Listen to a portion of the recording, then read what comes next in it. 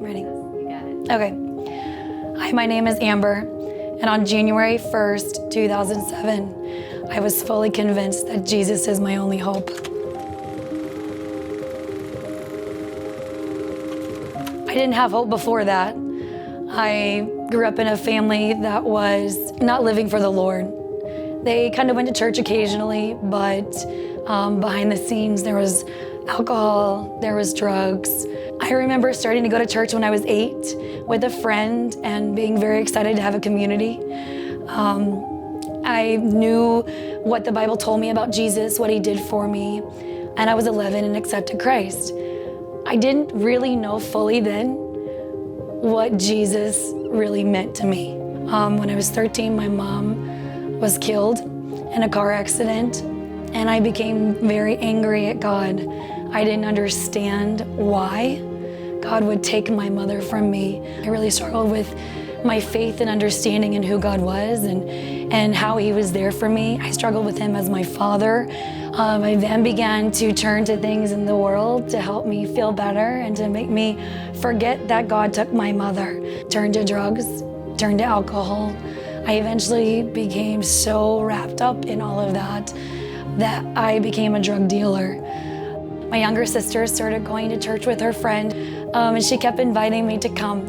I just kept kind of pushing her off, and finally I decided to go. And I remember that the youth pastor just lovingly accepted me. And I started hearing about Jesus in such a way that actually made sense to me, that actually applied to what I was going through, how he could, change my life. And I remember January 1st, it was a lock-in, and I was there as a young adult leader. And I remember we were praising and worshiping Jesus as the night changed and the new year rolled over, and I was down on my knees and could just feel God's presence. And I knew then that there was no going back. I laid it all at his feet, and I knew then that I was fully committed. And from that day on, I have been. So after I found Jesus, in January of 2007, I decided that I just really needed to have his direction in my life. And so my pastor's son went to Central Bible College, and I stepped onto CBC campus, and the Lord said,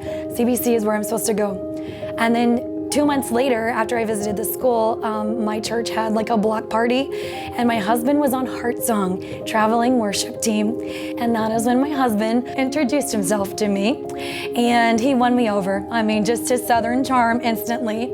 And I could tell that Christ was really the center of his life. He came from a grandmother as a pastor, was like pastor for 40 years and never did anything wrong, just the perfect life. And I was like, wow, okay. And so I remember the first time I really wanted to talk to him on the phone, the Lord was like, you have to tell him everything. And I was like, everything? And he's like, yeah, everything. And so I asked him if we could have a conversation, and 6 hours later, we went through, I think, every detail of my life. Now we have 3 girls, and one's 13 this weekend during the Thrive Conference, and I'm so excited that she's here with me.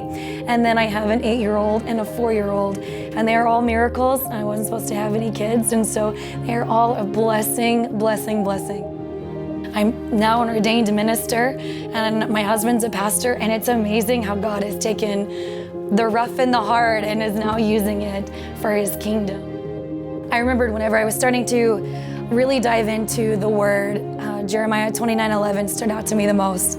For I know the plans I have for you, declares the Lord, plans to prosper you, not to harm you.